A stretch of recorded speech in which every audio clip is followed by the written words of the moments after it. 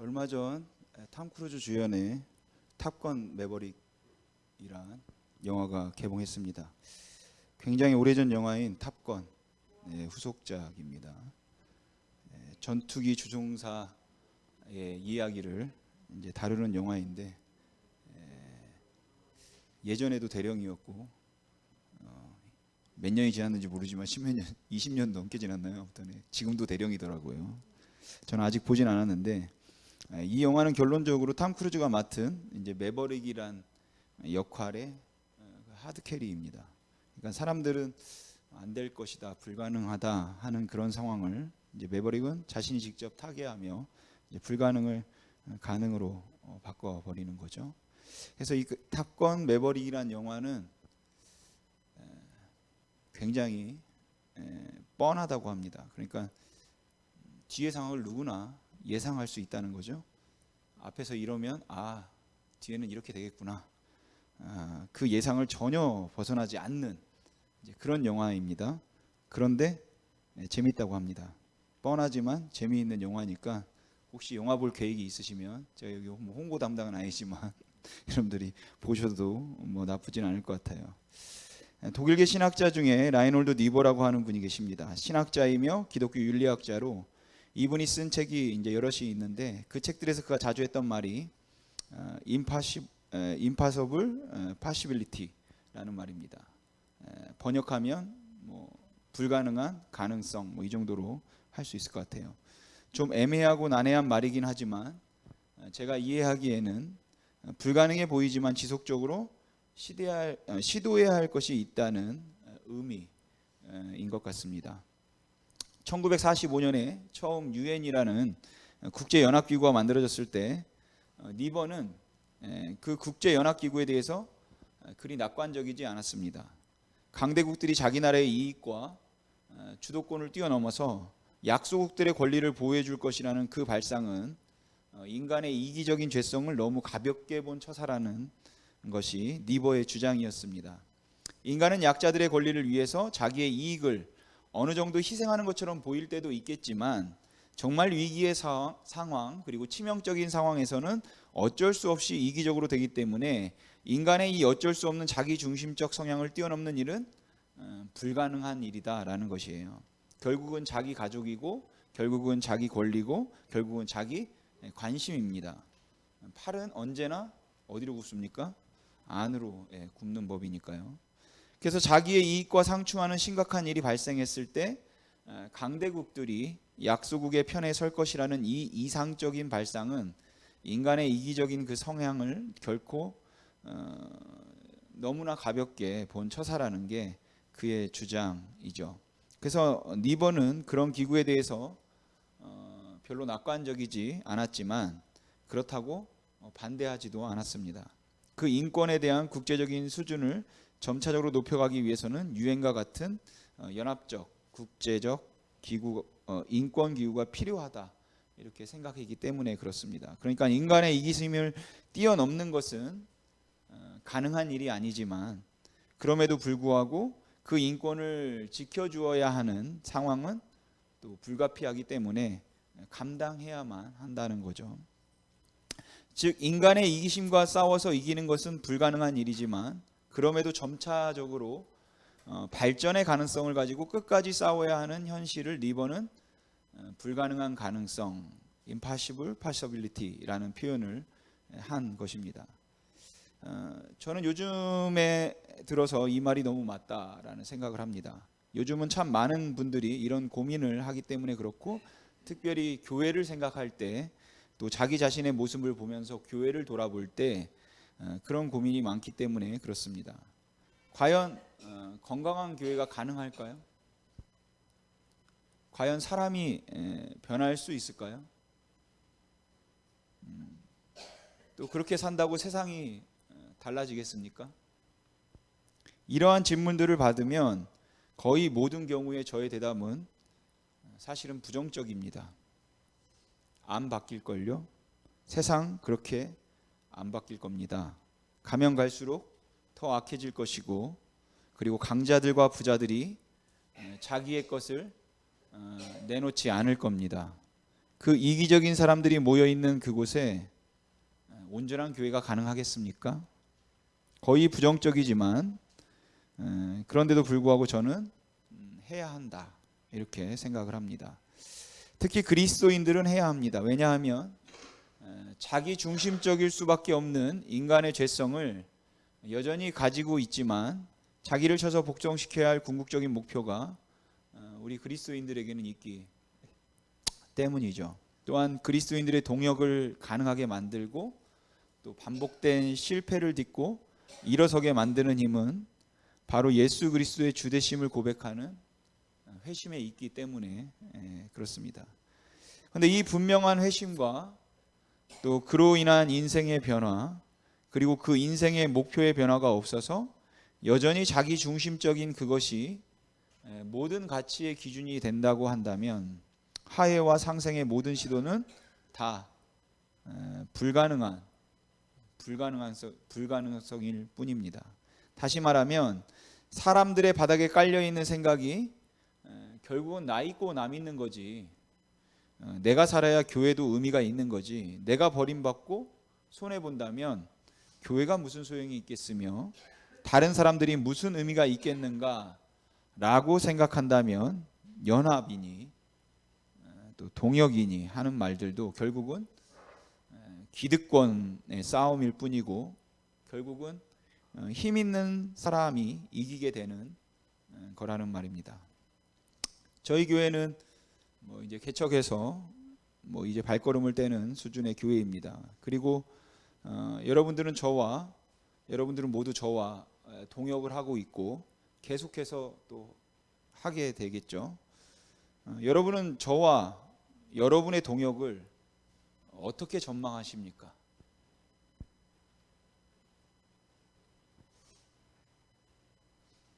제가 보기에는 여러분들은 그렇게 사심이 없는 분들인 것 같아요. 그리고 그렇게 상식에 어긋나지도 않으며 또 온화한 분들이라고 생각합니다. 그렇게 사심이 없고 또 상식적이고 온화한 분들이니까 그래서 저와의 동역 그리고 서로를 섬겨서 교회를 세우는 일이 잘 될 거라고 생각하십니까?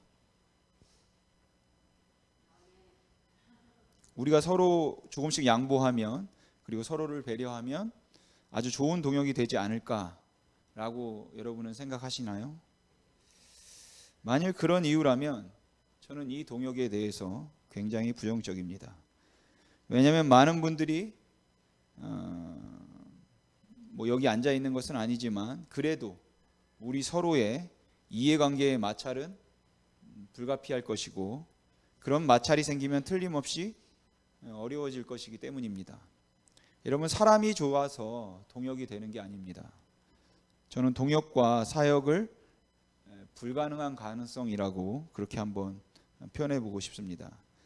그렇다면 우리가 어떻게 해야 할지, 어떤 자세로 사역에 임해야 마땅할지 오늘 본문에 나오는 바울과 에바브라의 관계 그리고 그 동역을 통해서 볼 수 있는 특징을 간단하게 두 가지만 살펴보도록 하겠습니다. 사실 우리는 에바브라에 관해 아는 바가 별로 없습니다. 에바브로 디도의 준말일 것이라고 일반적으로 보는데 그럼에도 빌립보서에 나오는 에바브로 디도와는 다른 인물임은 분명합니다. 에바브라는 골로새 출신 사람이었던 것 같고 아마도 이 골로새 교회를 처음 개척했거나 아니면 개척할 때 큰 역할을 했던 사람이었다고 짐작이 됩니다.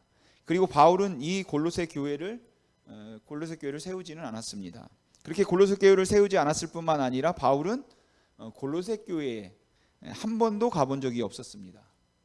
그러기에 바울은 골로새 교회의 교인들을 몰랐을 겁니다. 그리고 이 편지를 쓸 때 아마도 바울은 로마 감옥에 갇혀 있을 것이라고 짐작이 되는데 로마 감옥에 갇혀 있으면서 그 감옥에 함께 있던 에바브라를 만나게 되었고 에바브라를 통해서 골로새 교회에 관한 이야기를 이제 들었던 것이죠. 그렇게 에바브라를 통해 골로새 교회의 소식을 듣고 기쁜 마음으로 또 경고하는 마음으로 한 번도 가본 적이 없는 교회에 편지를 보낸 것입니다. 여러분, 에바브라는 참 성실하게 목회를 했던 사람이었다라고 짐작이 돼요. 물론 그가 성실하게 목회를 했기 때문에 그렇다고 골로새 교회에 문제가 없었던 것은 아닙니다.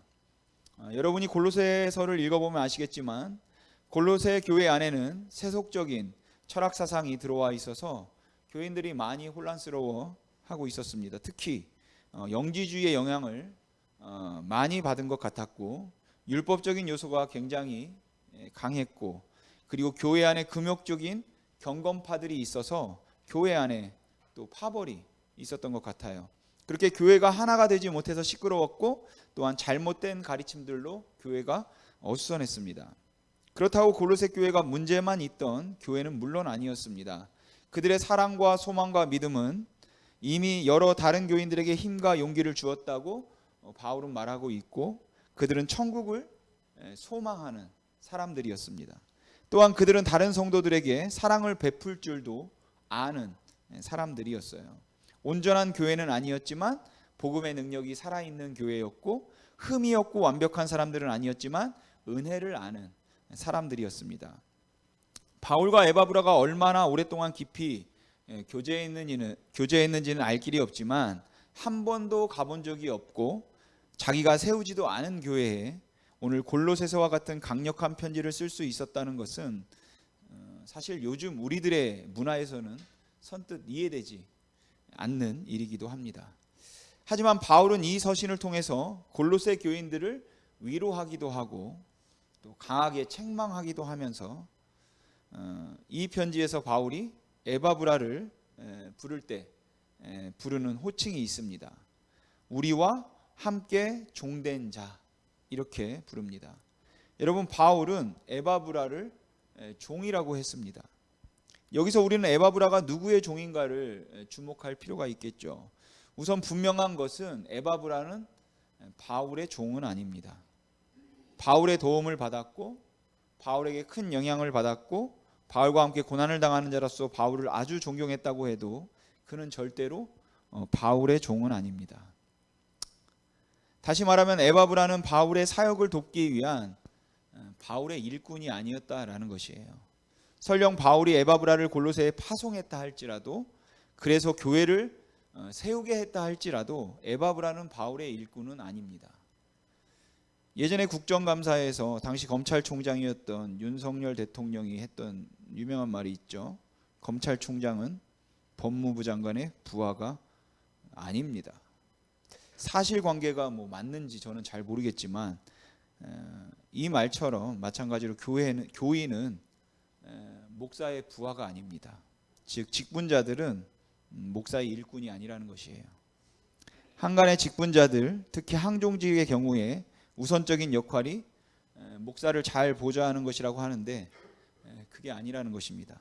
물론 목사를 보좌해야 하고 섬겨야 할 기능적인 면이 조금 있는지는 있다 할지라도 그것은 목사의 사람이기 때문에 그런 것은 아니라는 거죠. 어떤 경우에도 항상 목사의 편에서 목사를 지켜주고 목사가 죽으라면 죽는 신용까지 할 수 있어야 교회가 부흥하고 편안하고 또한 그렇게 해야지 교인으로서 아니면 직분자로서 나중에 하나님께 큰 상을 받을 것이라는 말은 목사들의 자기중심적인 발상일 뿐입니다. 성경은 어디에도 교인들, 직분자들, 또 향종직은 목사를 섬겨야 하는 목사의 일꾼이라는 말은 없습니다. 아무리 목사가 신뢰를 받을 만하다 해도 교인은 목사의 일꾼이 되어서는 안 된다라는 거죠.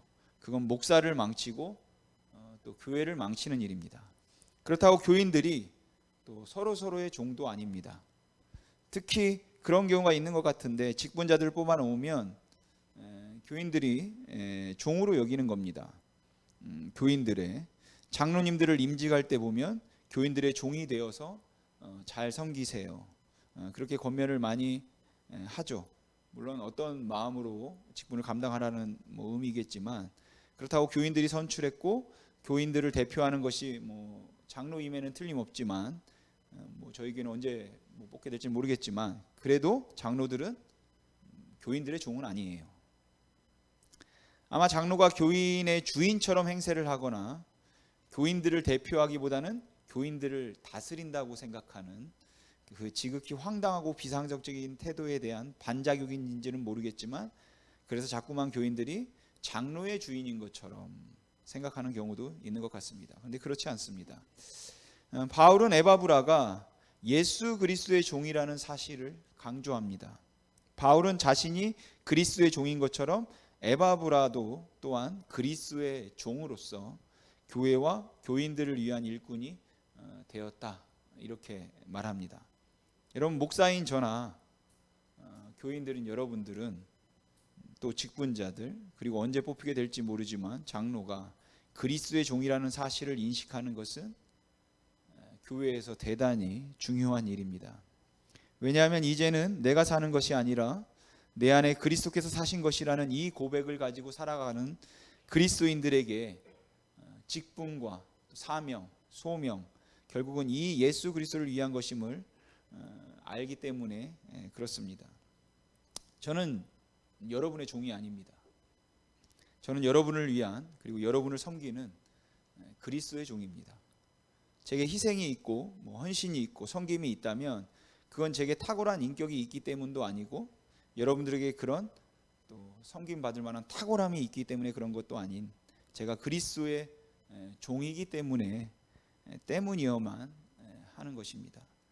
그런데 만일 그렇지 않다면, 그런 그리스도의 종 된다는 그 궁극적인 목표의 동일함이 없다면 갈등과 분열, 그리고 위기의 순간에 저의 이기심을 제어할 수 있는 어떤 힘도 가능하지 않다라는 거죠. 인간의 이 지극히 이기적인 마음을 살펴볼 때, 지금 제가 여러분들에게 저는 여러분의 종입니다, 저는 여러분을 섬길 겁니다, 저는 여러분을 위한 사람입니다 라고 그렇게 고백을 하고, 그 말이 아주 그럴듯하고 감동적으로 보인다 할지라도 여러분들이 저에게 어떤 치명적이고 심각하게 해를 끼치거나, 또한 제가 불리하다고 생각되는 순간에 인간의 이기적인 그런 죄성이 발현되기 시작하면 이걸 막을 길은 없습니다. 그것을 막는 힘은 오직 내가 그리스도의 종이라는 사실에 대한 인식밖에 없다라는 것이에요. 오직 그리스도만이 나의 주인이십니다. 그래서 저와 여러분들의 마음속에는 다른 어떤 것보다 여러분의 섬김을 통해서 정말 그리스도를 존귀케 하겠다는 간절한 열망이 우리 안에 살아 있어야 한다라는 거죠. 여러분의 자기중심적인 생각을 누를 수 있는 힘은 여러분의 인격에 있는 것이 아니라 그리스도의 주되심에 있음을 여러분 잊지 마시기 바랍니다. 여러분, 바울이 개척하지도 않았고 방문해 본 적도 없는 교회를 건면하고 위로하면서 골로새서에서 바울이 거듭 강조했던 것, 한 번도 가본 적이 없었던, 그렇지만 이 말의 위력과 힘이 있어서 누구든지 들어야 할 말이라고 분명히 인식하고 동의할 수밖에 없었던 이 서신을 통해서 골로새서에서 바울이 가장 많이 강조했던 것은 바로 예수 그리스도의 탁월함입니다.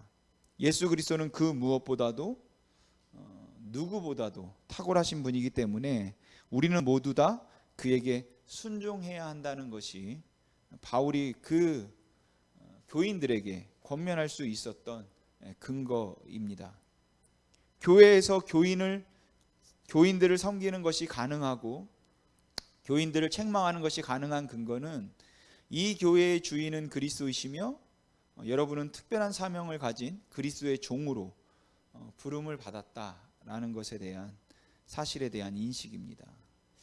또 하나, 바울과 에바브라의 동역에서 볼 수 있는 다른 특징은 하나님 나라에 대한 관심입니다.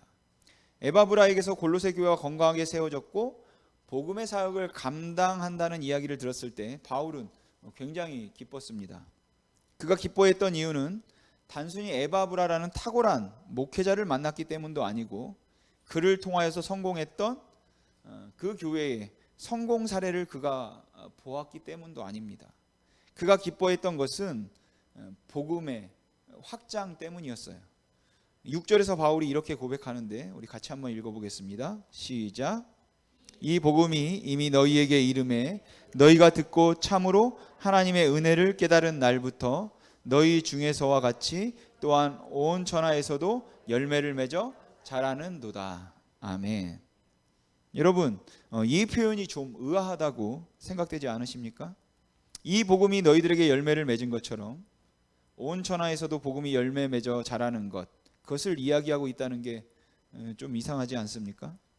일반적으로 사람들은 이렇게 말합니다. 여러 곳에서 복음의 열매가 맺어진 것처럼 골로새에서도 복음의 열매가 맺어져서 기쁩니다. 그게 일반적으로 하는 말이죠. 그런데 바울은 오늘 그렇게 말하지 않고 이렇게 말합니다. 골로새에서 복음의 열매가 맺어진 것처럼 세상 곳곳에서 복음의 열매가 맺어져서 내가 기쁩니다. 그 말이 그 말인가요? 비슷한 말 같아서 여러분들이 듣기에는 차이가 별로 없어 보입니까? 저는 이 말을 보면서 바울의 기쁨은 단순히 골로새 교회의 성장이 아니라 복음의 확장에 있었다는 표현이다라고 생각을 합니다. 골로새 교회에 편지를 보내면서 다른 곳에서 복음의 역사가 있는 것처럼 너희에게서도 복음의 역사가 있으니까 기쁘다라고 말하기보다 너희에게서 복음의 역사가 있었던 것처럼 곳곳에서 세상 곳곳에서 복음의 역사가 있으니 이 얼마나 기쁜가 하는 이야기는 이 교인들로 하여금 골로새 교회만을 보지 말고 복음의 역사를 보라는 그 말을 하고 있는 것이죠. 골로새 교회만을 생각하지 말고 어떻게 복음의 역사가 곳곳에서 나타나고 있는지 거기에 관심을 가지라는 말을 하고 있는 겁니다. 물론 여러분 그렇다고 바울이 골로새 교회의 성장을 기뻐하지 않았다는 말이 아닙니다. 다만 바울이 교회의 성장을 기뻐한 이유는 교회 성장 자체에 있는 것이 아니라 바로 복음의 확장에 있었다라는 것이에요. 그러니까 동역을 가능하게 만드는 힘은 이 교회를 성장시키겠다고 하는 이기적인 게 아니라 복음의 확장에 있어야 한다는 말을 지금 제가 드리고 있는 겁니다. 다른 거 다 어떻게 되든지 우리 교회만 성장하면 되니까 그 일에 우리 하나 됩시다 라고 손을 붙잡으면 그 일이 아무리 그럴듯해 보인다 할지라도 결국은 이기적인 발상에서 비롯된 이기적인 행동에 의해서 주님의 몸된 교회가 파괴될 수밖에 없다는 것이죠. 여러분 우리의 관심은 교회의 성장이 아닌 교회의 성장을 통해서라 할지라도 우리의 궁극적인 관심은 복음입니다. 하나님 나라를 확장하고 하나님 나라를 세우는 것에 있어야 한다라는 것이에요.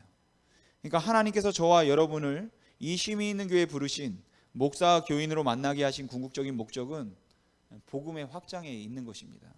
그러니까 교회를 섬기고 교회를 통한 여러 가지 일을 섬기는 이유도 복음을 드러냄 하나님의 구원에 있어야 함을 여러분 잊지 마시기 바랍니다. 너무 당연한 말을 제가 하고 있죠. 근데 당연한 말 같지만 현실은 그렇지가 않아서 안타깝다라는 거죠. 너무 당연한 말인 것 같은데 오늘날 교회가 그렇지가 않습니다. 목사들이 하는 말 중에 목회 중독증이라는 말이 있습니다. 목사가 목회 중독증에 걸렸다는 말을 목사들이 가끔 하는데 목사가 목회에 중독이 되면 그 목회가 자기의 야망이 되는데도 그게 하나님의 일이라고 착각을 한다는 거죠. 목사가 목회 중독에 걸리면 그러면 자기가 아니면 안 되는 줄 알고 자기가 다 할 수 있다고 생각해서 대체로 목회 중독증에 걸린 사람이 보여주는 현상 중에 하나가 은퇴할 나이가 돼도 은퇴를 못한다고 합니다. 은퇴할 나이가 되어도 은퇴를 할 수가 없고 결국은 월권과 독재를 일삼게 된다는 거죠. 처음에는 그런 마음으로 한 게 아니었을 텐데 그런데 그 목회를 하면서 그 목회가 곧 하나님의 일이라는 그러한 착각과 그리고 궁극적으로 하나님 나라를 바라보지 못함으로 인하여 발생할 수 있었던 일들 또한 자기의 야망과 거룩한 비전도 구분해낼 수 없을 만큼 그 야욕적이고 야망적인 것들을 마치 중요한 복음의 일인 것처럼 오해를 하고 월권과 독재를 합리화해서 한다라는 것이죠. 그런데 교인들도 목회 중독증에 걸릴 수 있습니다. 교인들도 목회 중독증에 걸리게 되면 그 본질적인 기능과 목표를 잃어버린 채 그냥 교회 안에서 오히려 주님의 이름을 가리는 봉사를 하든 헌신을 하든 어떤 일을 하든 주님의 일을 가리는 행동을 할 수도 있게 되는 거죠. 저는 여러분들을 위해서 쉼이 있는 교회의 부흥을 위해서 충성하는 사람들이 되게 해달라고 기도하지 않을 겁니다. 그보다는 복음의 은혜를 알고 복음을 드러내는 성도님들이 되게 해달라고 여러분 기도하겠습니다. 또한 교회 일은 하나님의 일이 될 수도 있지만 또 하나님과 상관없는 일이 될 수도 있기 때문에 여러분들이 하는 교회 일은 언제나 하나님 나라의 일이 되게 해달라고 저는 기도할 겁니다. 여러분, 복음에 헌신된 일꾼들이 되어 주십시오. 그 하나님 나라를 위해서 헌신한 주의 종들이 되어 주셨으면 좋겠습니다. 그리스도께서 세우신 그리스도의 종으로 여러분, 교회에 충성하고 목사에 충성하는 사람이 아니라 그리스도께 충성하시기 바랍니다. 그냥 단순히 이 교회를 성장시키고 성공하도록 그렇게 키우는데 여러분들의 관심이 있는 것이 아니라 이 교회가 성장한다 할지라도 그것을 통해서 그리스도의 복음이 드러나고 예수 그리스도의 주되심이 드러나는 그 일을 위해서 여러분들이 부름을 받은 성도들이다라는 것을 여러분 절대로 잊지 마시기 바랍니다. 여러분들은 그 일을 위해서 여러분 부름 받았습니다. 그리스도의 종된 신실한 일꾼으로서 복음의 은혜 안에서 부름에 합당하게 행할 때 하나님을 기쁘시게 하며 또한 교회를 우리가 건강하게 세울 수 있을 것이라 믿습니다. 앞으로 저와 여러분들은 많은 일을 하겠죠. 코앞에 닥친 또 여수지역 다음 세대를 섬기는 무료 캠프도 있고, 그것을 함에 있어서도 또 여러 가지 다른 일들을 우리가 함에 있어서도 목사를 위해서, 여러분, 교회를 위해서 하는 것이 아닌 그리스도의 종된 실신한 일꾼으로서 복음의 은혜 안에서 복음 때문에 하나님의 나라의 확장 때문에 그 일을 감당한다고 여러분들 그 복음의 은혜 안에서 부름에 합당하게 행하기 위해서 여러분 하는 것입니다. 그런데 우리가 이 본질을 놓치면 우리가 하나님의 일이라고 하지만 그건 그냥 일일 뿐이에요. 거기에는 하나님을 기쁘시게 함도 또 건강한 교회를 세움도 없는 겁니다. 그러나 여러분, 그렇다 해도 여전히 문제는 있을 겁니다. 내 잘못이든 남의 잘못이든 여전히 답답한 일이 있고 여전히 속상한 일들이 있겠죠. 교인들과도 맞지 않는 부분들이 있을 것이고 저와도 맞지 않는 부분들이 또 목회를 하면서 속속히 드러날 겁니다. 자기 중심적인 재성을 가진 인간은 절대로 하나가 될 수 없습니다. 그러나 우리가 그리스도의 종됨을 인정하고 오직 복음을 위해서 헌신할 수 있을 때 우리는 성장을 보고 변화를 보고 또 성숙을 볼 수 있을 것입니다. 죄인됨으로 인한 갈등과 차이를 보면서도 헌신과 충성을 다짐하게 하는 이 불가능한 가능성은 예수 그리스도가 우리의 주인이실 때 여러분 가능한 말입니다. 그래서 이 교회 지체들이 모두 다 그리스도의 종임을 인식하고 복음에 헌신된다면 우리의 동역은 가능해질 거라고 믿습니다. 그러나 그리스도가 빠지고 그리스도의 복음이 빠지면 아무리 성정이 좋아서 그럴듯해 보인다 할지라도 이 교회의 하나됨과 동역은 가능해 보이는 여러분 불가능일 뿐입니다.